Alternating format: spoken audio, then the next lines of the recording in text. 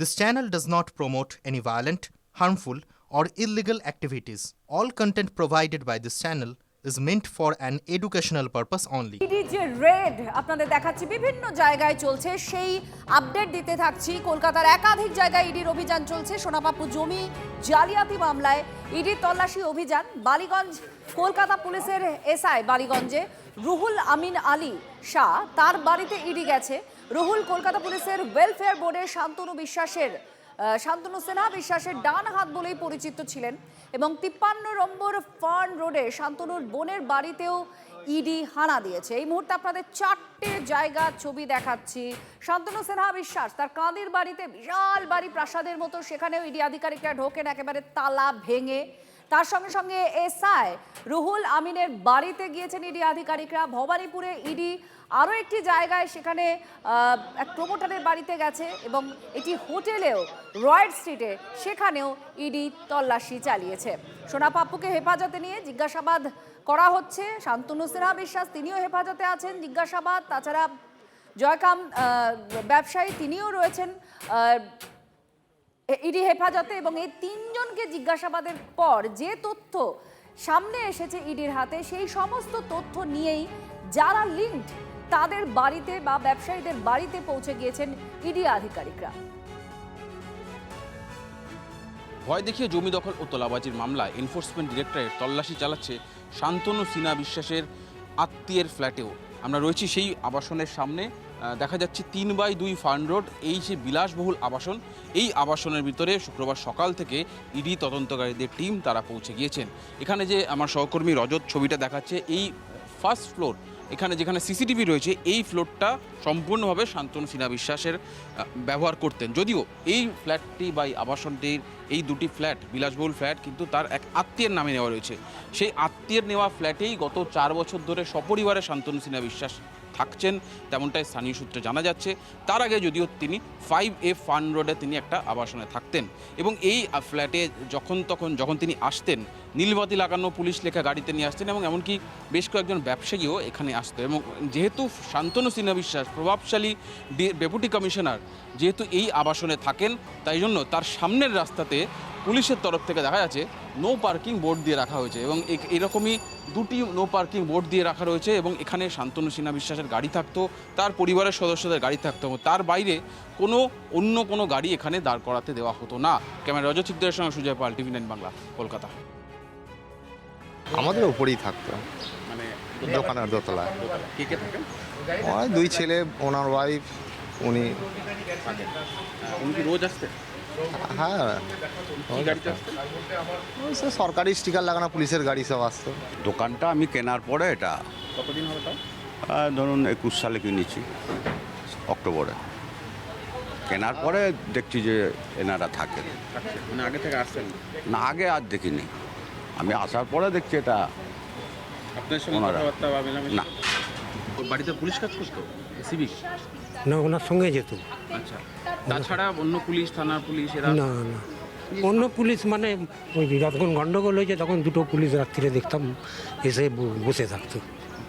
এই যে এখানে দেখা যাচ্ছে নো পার্কিং, এটা কি ওনার জন্যই ছিল? হ্যাঁ, তখন গাড়ি এড়াতো তো, ওই জন্য নো পার্কিং দিয়েছিল। এবার কলকাতা থেকে কান্দির দিকে নজর রাখবো, কারণ কান্দিতে শান্তনু সিনহা বিশ্বাস তার বাড়ি, আর সেই বাড়ি আপনাদের আমরা দেখিয়েছি, প্রাসাদের মতো বাড়ি। আজকে ইডির আধিকারিকরা সাত সকালে সেখানে হাজির হন, কিন্তু গেটে তালা, কেউ নেই ভেতরে। সেই তালা ভেঙে ইডির আধিকারিকরা ভেতরে ঢোকেন। সমস্ত কিছু রেকর্ড করা হয়, কত সম্পত্তি বা পুরো বাড়ির জায়গা, চারপাশ, সেই ছবিও ধরা পড়ে আমাদের ক্যামেরায়।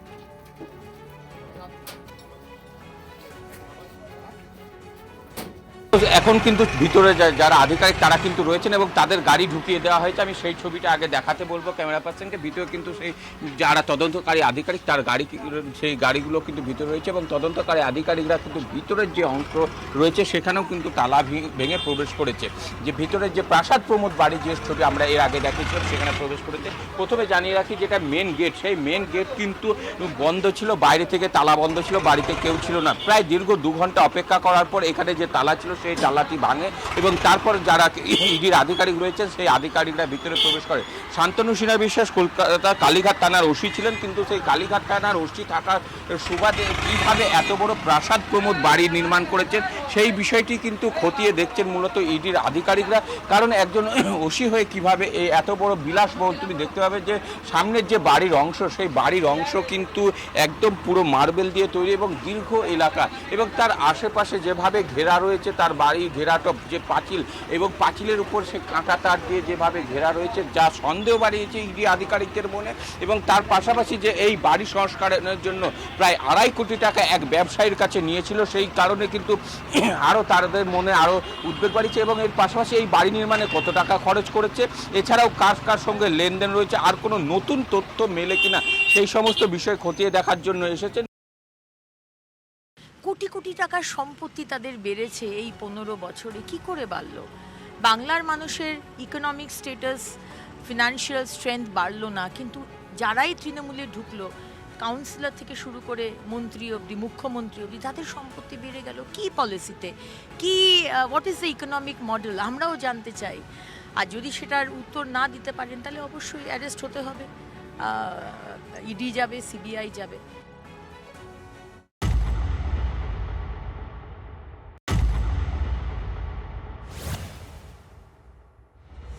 আর আজ নজর থাকছে কালীঘাটে মমতা বন্দ্যোপাধ্যায়ের ডাকা কাউন্সিলরদের নিয়ে বৈঠকের দিকে, কারণ তৃণমূলের গৃহযুদ্ধের বড় আঁচ এবার কি ছোট লালবাড়িতে মানে কলকাতা পুরসভাতেও পড়তে চলেছে। আপনারা জানেন ফেরহাদ হাকিম তিনি মেয়র, তার চেয়ার কি এবার টলমল অবস্থায় রয়েছে। কালীঘাট থেকে কি চাপ বাড়ছে ফেরহাদ হাকিমের ওপর? অভিষেক বন্দ্যোপাধ্যায়ের বাড়িতে পুরসভা নোটিশ পাঠিয়েছে এবং সেই নোটিশের জেরেই কি এই পরিস্থিতি? মেয়রের পদ খোয়াতে চলেছেন ফেরহাদ হাকিম বা খোয়াবেন? আজ বিকেলে কলকাতা পুরসভায় দলীয় কাউন্সিলরদের নিয়ে বৈঠক করবেন তৃণমূল সুপ্রিমো। কলকাতা পুরসভা নিয়ে বড় কোনো সিদ্ধান্ত নিতে পারেন কি তিনি? কালীঘাটের বৈঠক নিয়ে এই জল্পনা জোরদার হয়েছে। আর এই প্রেক্ষাপটে জানিয়ে রাখি যে পুরো অধিবেশন ছিল সেটা বাতিল করে দিয়েছেন পুর কমিশনার স্মিতা পান্ডে। পালা বদলের পর পুরসভার প্রথম মাসিক অধিবেশন আচমকা বাতিল হওয়া থেকেই প্রশ্ন উঠতে শুরু করেছে, কারণ মাসিক অধিবেশন না হলে সাংবিধানিক সংকট তৈরি হতে পারে, কলকাতার পুরসভার বোর্ড বকলমে ভেঙে দেওয়া হতে পারে। যে পার্টি বাংলার মানুষকে ধোঁকা দিয়েছেন, যে এক্স মুখ্যমন্ত্রী বাংলার মানুষকে ধোঁকা দিয়ে প্রতারণা করে আনডিউ অ্যাডভান্টেজ নিয়েছেন, সে যে ধর্মের মানুষই হোক না কেন, যে বর্ণের মানুষই হোক না কেন, সেই দল কি পার্টি কি মিটিং করলো, কাকে ডাকলো, কাকে না ডাকলো, সত্যি আমাদের সময় নেই।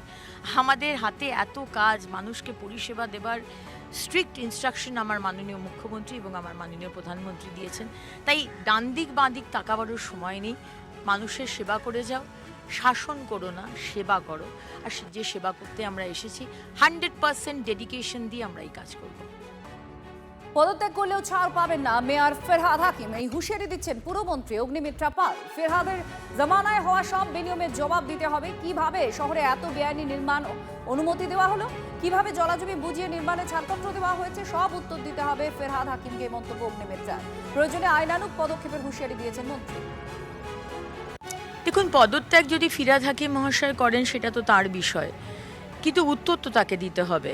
আজকে যে জলাজমি বুঝিয়ে মাল্টি স্টোরের বিল্ডিং করা হয়েছে, ইল্লিগাল বিল্ডিং, ইল্লিগাল গোডাউন যেখানে ওয়াও মোমোর দুর্ঘটনা ঘটলো, এবং তিলজলার যে বিল্ডিংগুলো আমরা এভরি নুক অ্যান্ড কর্নার আমরা দেখছি হয়েছে, সেখানে উনি কি করে পারমিশন দিলেন, ওনার ডিপার্টমেন্ট কি করে পারমিশন দিল? এটা তো হতে পারে না যে আপনি 15 বছর ছিলেন, আপনি সরে গেলেন, তো আপনার দায়িত্ব শেষ হয়ে গেল। আপনার সময়ে যা যা হয়েছে তার দায়িত্ব আপনার এবং আপনার ডিপার্টমেন্টের, এবং আপনার আগে যেগুলো হয়েছে সেটার দেখার দায়িত্ব কিন্তু আপনার। সুতরাং যা দুর্নীতি হয়েছে, যা অন্যায় হয়েছে, যা গভর্নমেন্ট নর্মস ফলো করা হয়নি, তার উত্তর দেবার দায়িত্ব আপনার।